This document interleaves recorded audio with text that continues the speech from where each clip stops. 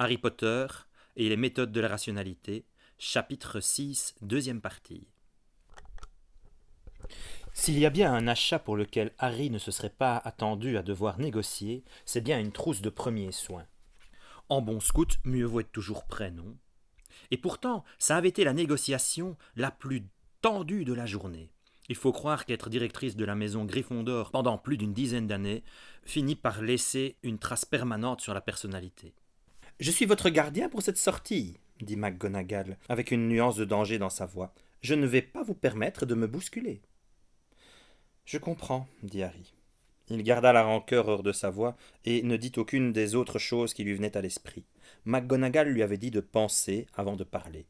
Il ne s'en souviendrait probablement pas demain, mais il pouvait au moins s'en souvenir pendant 5 minutes.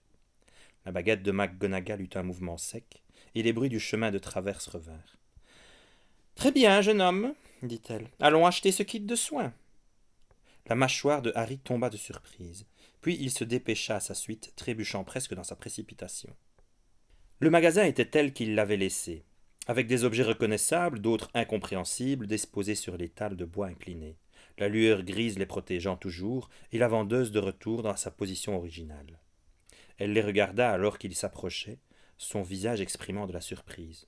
« Je suis désolée, dit-elle lorsqu'ils s'approchèrent, et Harry dit presque au même instant « Je vous demande pardon pour… » Ils s'interrompirent tous les deux, puis la vendeuse eut un petit rire. « Je ne voulais pas vous poser d'ennui avec le professeur McGonagall, dit-elle.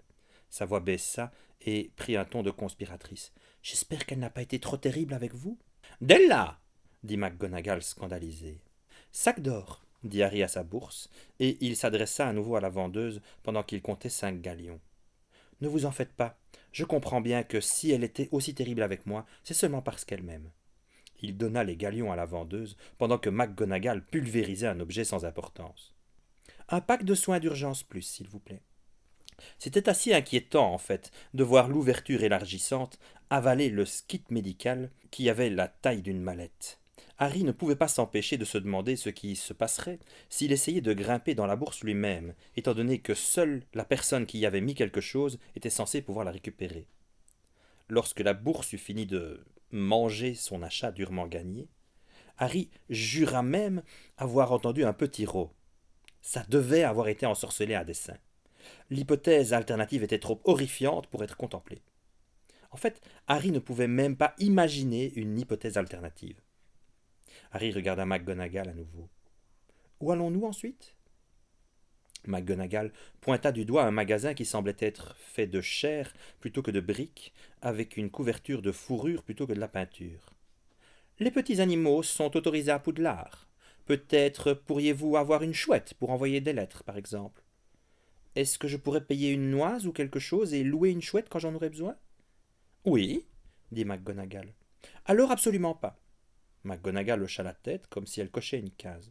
« Pourrais-je vous demander pourquoi ?»« J'avais un rocher de compagnie et il est mort. »« Vous ne pensez pas pouvoir prendre soin d'un animal domestique ?»« Je pourrais, dit Harry, mais je me vois déjà obsédé à longueur de journée, me demandant si je l'ai bien nourri ou s'il meurt lentement de faim dans sa cage, ne sachant ni où est son maître, ni pourquoi il n'a pas de nourriture. »« Pauvre chouette, dit McGonagall, d'une voix douce.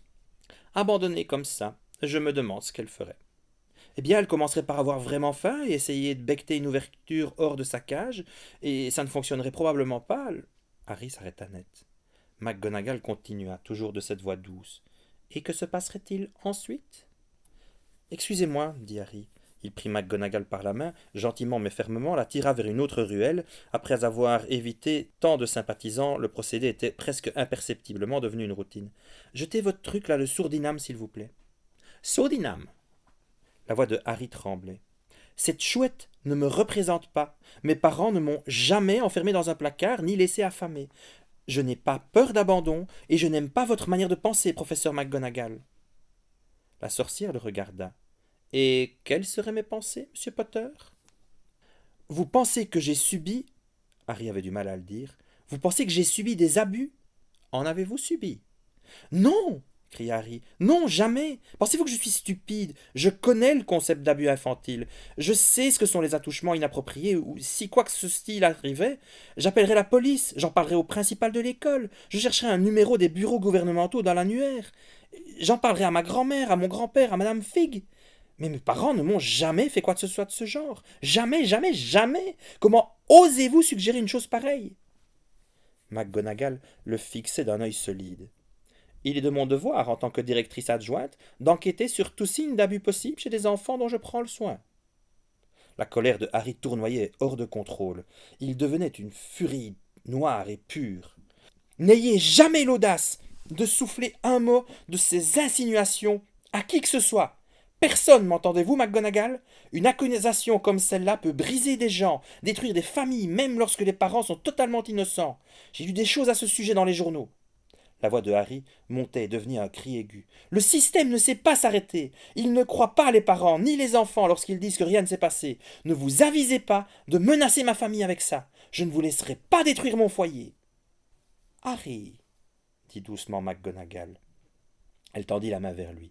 Mais Harry fit un rapide pas en arrière et sa main jaillit qui repoussa la sienne. McGonagall se figea, puis retira sa main, et elle fit un autre pas en arrière. Harry, tout va bien, dit-elle. Je vous crois. Vous me croyez? Siffla Harry. La furie grondait toujours dans ses veines.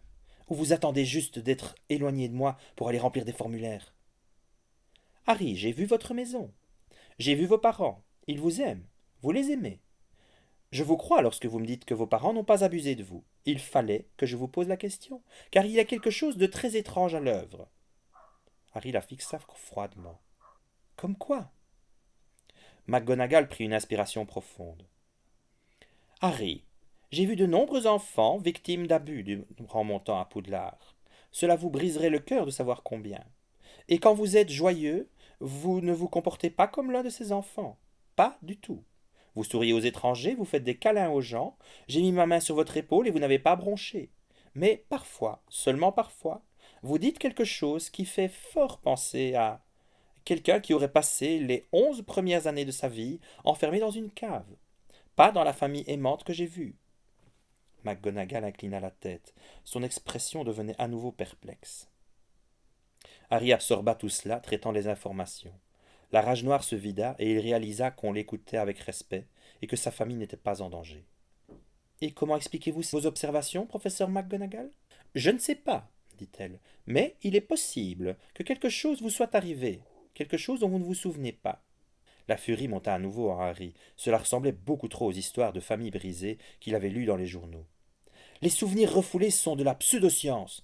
Les gens ne répriment pas leurs souvenirs traumatiques. Ils ne s'en souviennent que trop bien pour le restant de leur vie. Non, monsieur Potter. Il existe un charme nommé oubliette. Harry se figea. Un sort qui efface les mémoires? McGonagall acquiesça.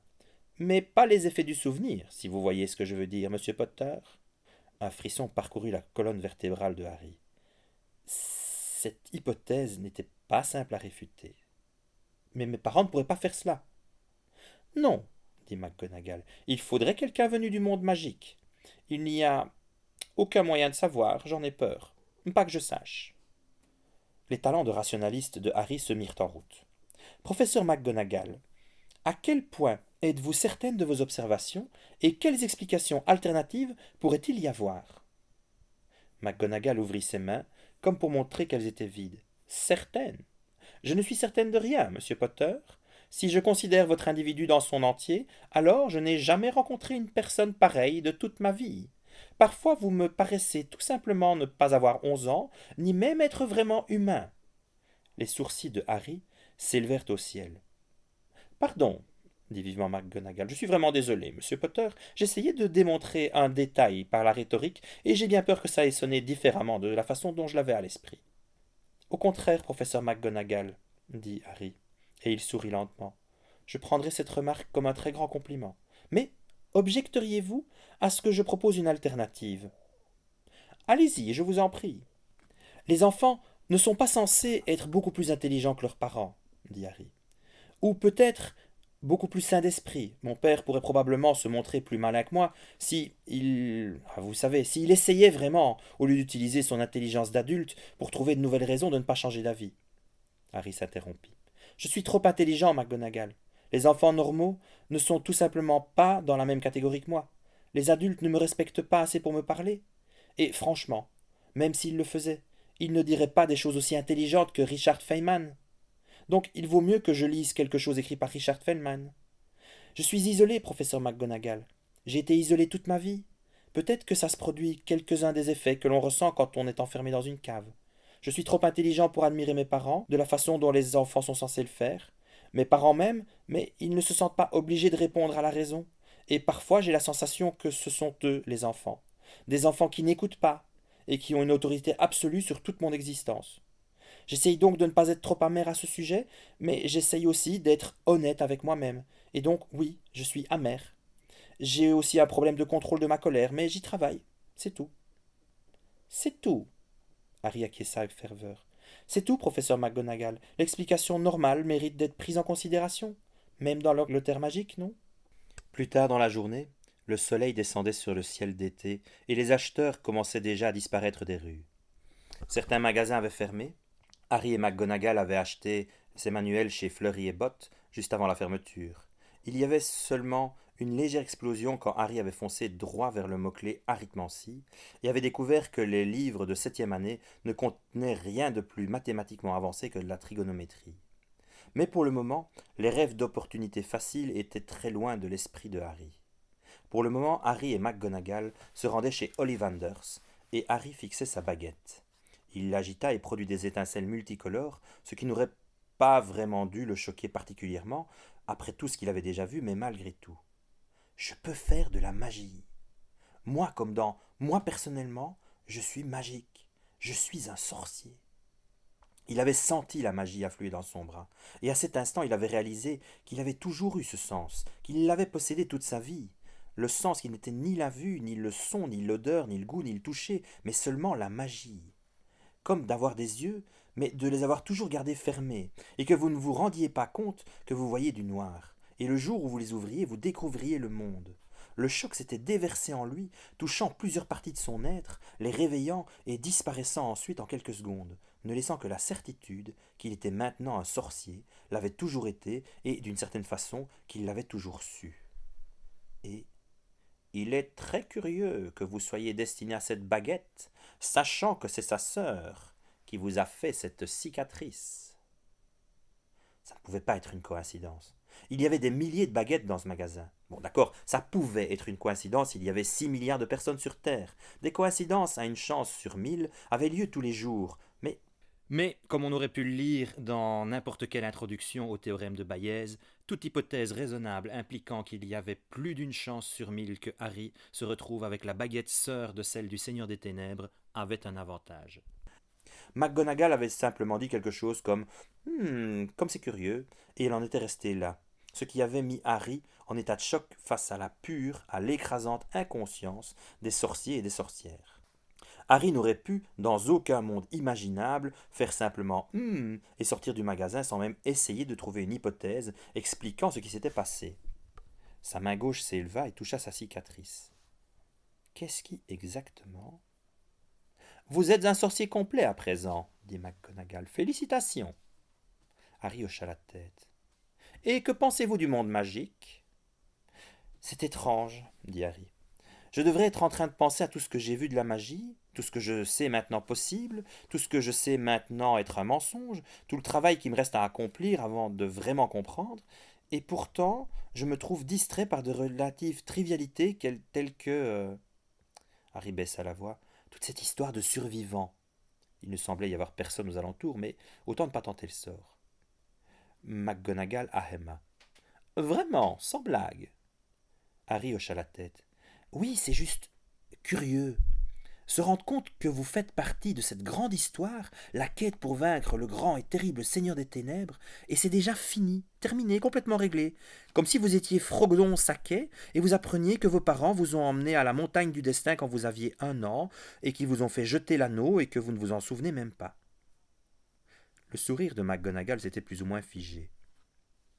Vous savez, Si j'étais qui que ce soit d'autre, vraiment n'importe qui d'autre, je serais plutôt anxieux à l'idée de vivre à la hauteur de ce démarrage. Grand Dieu, Harry, qu'avez-vous fait depuis que vous avez vaincu le Seigneur des Ténèbres? Vous avez votre propre librairie? Oh, c'est super! Dites-moi, saviez-vous que j'ai donné votre nom à mon enfant? Mais bon, j'ai bon espoir que ça ne soit pas un problème. Harry soupira. Tout de même, c'est presque assez pour me faire espérer qu'il y ait quelques détails dans cette quête à finir. Juste pour que je puisse dire que j'ai vraiment, vous savez, participé d'une façon quelconque. Oh, dit McGonagall sur un ton étrange. Qu'aviez-vous à l'esprit? Oh bien, par exemple, vous aviez mentionné que mes parents avaient été trahis. Qui les a trahis? Sirius Black, dit McGonagall. Elle siffla son nom plus qu'elle ne le prononça. Il est à Azkaban, la prison des sorciers. Quelle est la probabilité que Sirius Black s'échappe de prison et que je doive le traquer et le vaincre dans un duel spectaculaire? Ou encore mieux, mettre une large prime sur sa tête et me cacher en Australie pendant que j'attends le résultat? McGonagall cligna des yeux 2 fois. Peu probable. Personne ne s'est jamais échappé d'Azkaban. Je doute qu'il soit le premier. Harry était un peu sceptique. Personne ne s'est jamais échappé d'Azkaban? Mais bon, peut-être qu'avec la magie, vous pouviez approcher votre prison des 100% de perfection. Et encore plus si vous avez une baguette et pas l'autre. La meilleure façon de sortir, ce serait de ne jamais être rentré. Très bien, dit Harry. Ça m'a l'air bien ficelé. Il soupira, se gratta la paume contre sa tête. Ou peut-être que le Seigneur des Ténèbres n'est pas vraiment mort cette nuit-là? Pas complètement. Son esprit erre, chuchotant aux gens dans leurs cauchemars, qui se répandent dans le monde éveillé, et il cherche à revenir sur les terres des vivants. Il a promis de détruire, et maintenant, en accord avec l'ancienne prophétie, lui et moi sommes coincés dans un duel à mort où le gagnant perdra et le perdant gagnera. La tête de McGonagall pivota. Ses yeux dardèrent aux alentours à la recherche de personne prêtant l'oreille. Je plaisante, professeur McGonagall, dit Harry un peu contrarié. Bon sang, pourquoi devait-elle toujours prendre ça si sérieusement? Une lente sensation coula doucement jusqu'au fond de l'estomac de Harry. McGonagall regarda Harry avec un air calme, un air très, très calme, puis un sourire fut ajouté. Bien sûr que vous plaisantez, monsieur Potter. Oh, ça pue. Si Harry avait eu besoin de rationaliser l'inférence muette qui venait de flasher dans son esprit, ça aurait été quelque chose comme si j'estime la probabilité que McGonagall a fait ce que je viens de voir parce qu'elle s'est contrôlée avec soin contre la distribution de probabilités pour toutes les choses qu'elle ferait naturellement si j'avais fait une mauvaise blague, alors ce comportement est un élément de preuve significatif pointant vers le fait qu'elle cache quelque chose. Mais ce que Harry pensa fut juste « Oh, ça pue !» Harry pivota sa propre tête pour scanner la rue. Non, personne dans le coin. Il n'est pas mort, c'est ça? Soupira Harry. Monsieur Potter. Le Seigneur des Ténèbres est vivant. Bien sûr qu'il est vivant, c'est un acte de pur et simple optimisme que de seulement rêver qu'il en soit autrement. J'ai dû désactiver mes sens, je ne peux pas imaginer ce que je pensais. Juste parce que quelqu'un a dit que son corps avait été retrouvé calciné, je ne peux pas imaginer pourquoi j'ai pensé qu'il était mort. J'ai clairement beaucoup de choses à apprendre sur l'art correct du pessimisme. Monsieur Potter, dites-moi au moins qu'il n'y a pas vraiment de prophétie. Mais McGonagall lui donnait ce sourire intense et figé. Oh bon sang, mais c'est une blague. Monsieur Potter, vous ne devriez pas inventer des choses comme ça. C'est vraiment ça que vous voulez me dire? Imaginez ma réaction plus tard, quand j'apprendrai qu'il y avait vraiment quelque chose dont j'aurais dû me soucier après tout. Le sourire de McGonagall se flétrit. Les épaules de Harry s'affaissèrent. J'ai un monde entier de magie à analyser. Je n'ai pas de temps à consacrer à ça. Puis les deux se turent. Et un homme aux robes orange et flottantes apparut dans la rue, les dépassa lentement. Les yeux de McGonagall le suivirent discrètement. La bouche de Harry bougeait, car il mâchait sa lèvre inférieure, et quelqu'un observant de près aurait remarqué une légère pointe de sang apparaître. Lorsque l'homme en robe orange fut loin, Harry parla de nouveau dans un bas murmure. Allez-vous me dire la vérité à présent, professeur McGonagall? N'essayez pas de prétendre qu'il n'y a rien, je ne suis pas stupide. Vous avez 11 ans, monsieur Potter, dit-elle dans un murmure cassant, et par conséquence un sous-humain. Pardon, pendant un moment j'avais oublié. Ce sont des affaires importantes et terribles, ce sont des secrets, monsieur Potter. C'est une catastrophe que vous, encore un enfant, vous en sachiez autant. Vous ne devez dire à personne, vous comprenez? Absolument personne. et, comme cela arrivait parfois quand Harry se mettait suffisamment en colère, son sang devint froid au lieu de chaud, et une terrible clarté obscure s'abattit dans son esprit, décrivant toutes les tactiques possibles et jugeant en conséquence avec un réalisme d'acier. Fais remarquer que tu as le droit de savoir. Échec. Les enfants de 11 ans n'ont pas le droit de savoir. En tout cas, pas aux yeux de McGonagall. Dis-lui que vous ne serez plus amis. Échec. Elle n'accorde pas assez de valeur à ton amitié. Fais remarquer que tu seras en danger si tu ne le sais pas. Échec. Des plans ont déjà été pensés, basés sur ton ignorance. Le déplaisir certain de repenser les plans semblera bien plus désagréable que la perspective incertaine de te voir blessé. La justice et la raison échoueront. Tu dois trouver quelque chose que tu as et qu'elle veut. Soit quelque chose que tu peux faire et qu'elle craint. Ah. Très bien. Dans ce cas, professeur McGonagall, dit Harry d'un ton bas et glacé, on dirait que j'ai quelque chose que vous désirez. Vous pouvez, si vous le souhaitez, me dire la vérité, toute la vérité, et en retour je garderai vos secrets. Ou vous pouvez essayer de me garder dans l'ignorance et m'utiliser comme un pion, auquel cas je ne vous devrai rien. McGonagall s'arrêta net au milieu de la rue. Ses yeux flamboyèrent et sa voix se transforma en un sifflement. « Comment osez-vous » ?»« Comment osez-vous » chuchota-t-il en retour. « Vous me faites chanter !» Les lèvres de Harry se tordirent. « Je vous offre une faveur. Je vous donne une chance de garder notre précieux secret. Si vous refusez, j'aurai tous les motifs du monde pour aller poser des questions ailleurs. Non pas par rancune envers vous, mais parce que j'ai besoin de savoir. Dépassez votre colère futile envers un enfant qui, vous le croyez, se doit de vous obéir. Et vous comprendrez que tout adulte sain d'esprit en ferait de même. Regardez les choses de mon point de vue. Comment vous sentiriez-vous si c'était vous ?» Harry regarda McGonagall, observa sa respiration saccadée. Il se rendit compte qu'il était temps d'adoucir la pression, de la laisser pondérer un moment. « Vous n'avez pas à décider tout de suite, » dit Harry d'un ton plus normal. « Je comprendrai si vous voulez plus de temps pour réfléchir à mon offre. Mais je vous préviens d'une chose, » dit Harry, sa voix devenant plus froide. « N'essayez pas ce charme d'oubliette sur moi. Il y a quelque temps j'ai conçu un signal et je me le suis déjà envoyé à moi-même. Si je trouve ce signal et que je ne me souviens pas de l'avoir envoyé... » Harry laissa sa voix traîner d'une façon lourde de sens. Le visage de McGonagall travaillait sous le coup de divers changements d'expression. « Je ne pensais pas vous envoyer oubliette, monsieur Potter, mais pourquoi auriez-vous inventé un signal si vous ne connaissiez pas l'existence de... Oh, j'y ai pensé en lisant un livre de science-fiction moldu. Je me suis dit, bon, juste au cas où. Et non, je ne vous dirai pas le signal, je ne suis pas stupide. »« Je ne comptais pas vous le demander, » dit McGonagall. Elle parut se replier sur elle-même, et eut l'air soudain très vieille et très fatiguée. « Ça a été une journée épuisante, monsieur Potter. Pourrions-nous prendre votre mal et vous envoyer chez vous? Je vous fais confiance pour ne pas parler de cette affaire avant que j'aie eu le temps d'y réfléchir. Gardez à l'esprit qu'il n'y a que 2 autres personnes au monde qui soient au courant de cette affaire. Ce sont le directeur Albus Dumbledore et le professeur Severus Rogue. » Donc, de nouvelles informations. C'était une offre de paix. Harry acquiesça, tourna la tête vers l'avant et commença à marcher de nouveau. « Donc, maintenant je dois trouver un moyen de tuer un seigneur des ténèbres immortel, » dit Harry, et il soupira de frustration. « J'aurais vraiment aimé que vous me disiez ça avant qu'on ne commence à faire du shopping. » Le magasin de Mal était plus richement décoré que tout autre magasin que Harry avait visité auparavant.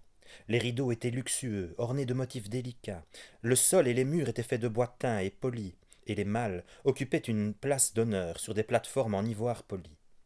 Le vendeur était habillé de robes d'une qualité seulement un cran en dessous de celle de Lucius Malfoy, et il parlait avec une politesse huileuse et exquise tant à Harry qu'à McGonagall. Harry avait posé des questions, avait gravité vers une malle de bois lourd, pas polie, mais chaude et solide, gravée avec le motif d'un dragon gardien dont les yeux se déplaçaient pour regarder toute personne s'approchant. Une malle chargée pour être légère, réduire de taille sur commande, et faire pousser de petits tentacules griffus de sa base et se tortiller derrière son maître. Une malle avec 2 tiroirs sur chacun de ses 4 côtés qui glissaient pour révéler des compartiments aussi profonds que la malle entière. Un couvercle équipé de 4 cadenas et chacun d'entre eux révélait un espace intérieur différent.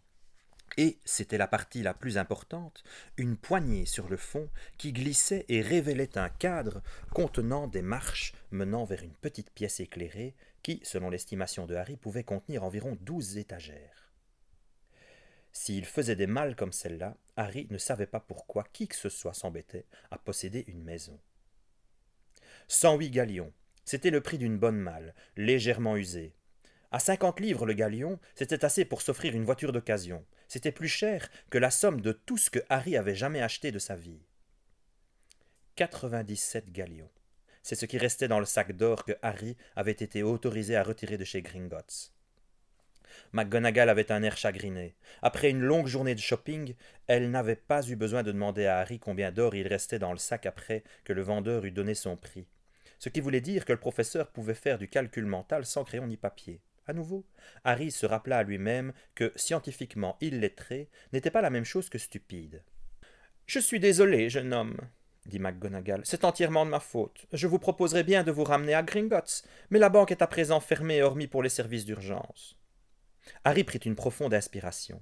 Il devait devenir un peu en colère pour ce qu'il voulait maintenant essayer. Autrement, il n'aurait sûrement pas eu le courage de le faire. Il se dit « Elle ne m'a pas écouté. J'aurais pris plus d'or, mais elle ne voulait pas écouter. » Il repensa à la rage noire plutôt, et essaya d'en faire revenir un peu.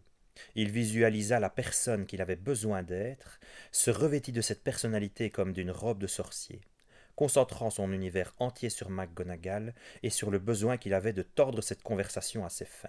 Il parla. « Laissez-moi deviner, » dit Harry. « Vous pensiez que vous vous donniez une grande marge d'erreur, que 100 galions serait plus que suffisant, et c'est pourquoi vous n'avez pas pris la peine de me prévenir quand nous sommes descendus à 97 ?» McGonagall ferma les yeux avec résignation. « Oui. »« J'ai anticipé cela, professeur McGonagall. J'ai anticipé que cela arriverait.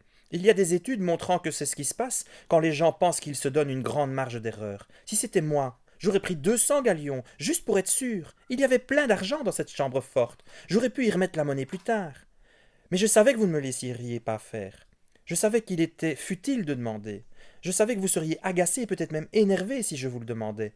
Ai-je tort ? » ?»« Non, » dit McGonagall. « Vous avez raison. » Sa voix avait une note d'excuse, mais aussi une note d'orgueil personnel, comme si Harry était censé remarquer le grand, l'immense honneur que c'était de voir le professeur McGonagall s'excuser auprès de lui. « Vous devriez comprendre, professeur McGonagall, » Harry prononça ces mots avec soin, « que c'est pour ça que je ne fais pas confiance aux adultes. Vous pensiez qu'être adulte voulait dire que c'était votre rôle de m'empêcher de prendre trop d'argent dans ma chambre forte, pas que c'était votre rôle de vous assurer que le travail soit fait, quoi qu'il arrive. » Les yeux de McGonagall s'ouvrirent grands, et elle jeta un regard dur à Harry.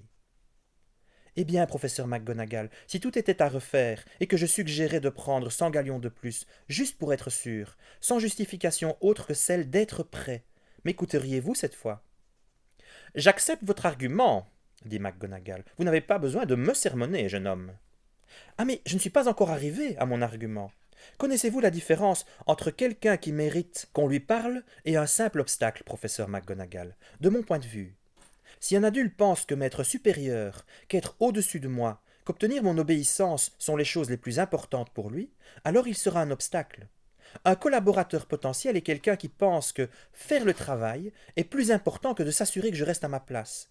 Laissez-moi vous montrer quelque chose, professeur McGonagall. » Le vendeur de malles les observait avec une fascination non dissimulée, et Harry sortit sa bourse en peau de moquet et dit « 11 galions en vrac, s'il vous plaît. » Et il y avait de l'or dans la main de Harry. « Où avez-vous obtenu ce... » ?»« Dans ma chambre forte, professeur McGonagall, quand je suis tombé dans ce tas d'or. J'ai fourré de l'argent dans ma poche, et j'ai ensuite tenu le sac d'or contre ma poche pour que l'éteintement semble provenir de là où il fallait. Car vous comprenez, je m'attendais depuis le début à ce que ceci ait lieu. » La bouche de McGonagall était grand ouverte. « La question est maintenant, êtes-vous en colère parce que j'ai défié votre autorité, ou contente que notre journée se termine par un succès plutôt qu'un échec? Je ne vous demande rien d'autre en vous posant cette question. Je ne vous promets ni ne vous demande une coopération dans nos affaires futures. Je veux seulement savoir si vous êtes une collaboratrice potentielle ou un obstacle, Minerva. » Le vendeur s'étrangla bruyamment, et la puissante sorcière resta silencieuse. « La discipline doit être appliquée à Poudlard, » dit-elle, après qu'une minute entière se soit écoulée. « Pour le bien de tous les étudiants. Cela doit inclure la courtoisie et l'obéissance à tous vos professeurs. » Harry inclina sa tête. « Je comprends, professeur McGonagall. Mais il était tout de même incroyable que, bizarrement, il semble beaucoup plus important d'appliquer la discipline quand vous étiez en haut de la pile que quand vous étiez en bas. Mais Harry jugea plus sage de ne pas appuyer sur ce point. Dans ce cas, je vous félicite pour votre grande préparation. Harry voulait applaudir, ou vomir, ou s'évanouir, ou quelque chose. C'était la première fois que ce discours avait jamais fonctionné sur un adulte. C'était la première fois qu'aucun de ces discours avait jamais fonctionné sur qui que ce soit. Peut-être aussi parce que c'était la première fois qu'il avait quelque chose dont un adulte avait sérieusement besoin. Mais tout de même. Minerva McGonagall, plus un point. Harry s'inclina et donna le sac d'or et les 11 galions supplémentaires aux mains de McGonagall. Je vous le laisse, madame. Pour ma part, je dois utiliser les toilettes. Puis-je vous demander où... Le vendeur, onctueux à nouveau, pointa du doigt une direction vers une porte incrustée dans le mur, munie d'une simple poignée d'or. Alors que Harry s'éloignait, il entendit le vendeur derrière lui dire de sa voix huileuse « Puis-je m'informer de l'identité de cette personne, madame McGonagall? J'imagine qu'il est serpentard. 3e année, peut-être? Et d'une importante famille, mais je ne l'ai pas reconnu. » Le claquement de la porte des toilettes coupa ces mots, et après que Harry eut identifié le loquet et les mis en place, il s'effondra contre la porte. Son corps entier était baigné d'une sueur qui avait traversé ses vêtements moldus, mais au moins ça ne se voyait pas sur ses robes. Il se pencha au-dessus de la cuvère or ivoire, eut quelques hauts-le-cœur, mais heureusement, rien ne vint. Il se tenait à nouveau dans le jardin du chaudron baveur, sur la petite interface couverte de feuilles entre le chemin de traverse de l'Angleterre magique et le monde moldu. C'était une économie horriblement découplée. Harry devait aller à une cabine téléphonique et téléphoner à son père une fois de l'autre côté. Il ne devait pas apparemment s'inquiéter de voir son bagage volé. Il avait le statut d'objet magique majeur, et un objet de ce type, les moldus ne le remarqueraient pas. C'était une partie de ce que vous pouviez obtenir dans le monde magique, si vous étiez prêt à en payer le prix.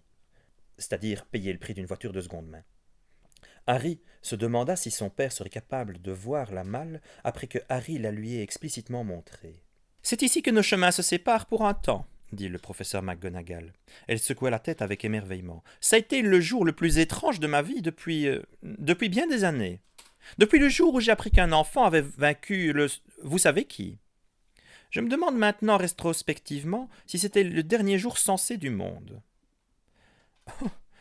Comme si elle avait à se plaindre de pourquoi que ce soit. Vous pensez que votre journée était surréaliste. Essayez la mienne pour voir, pensa Harry. Vous m'avez grandement impressionné aujourd'hui, lui dit Harry. J'aurais dû penser à vous complimenter à voix haute. Je vous donnais des points dans ma tête et tout.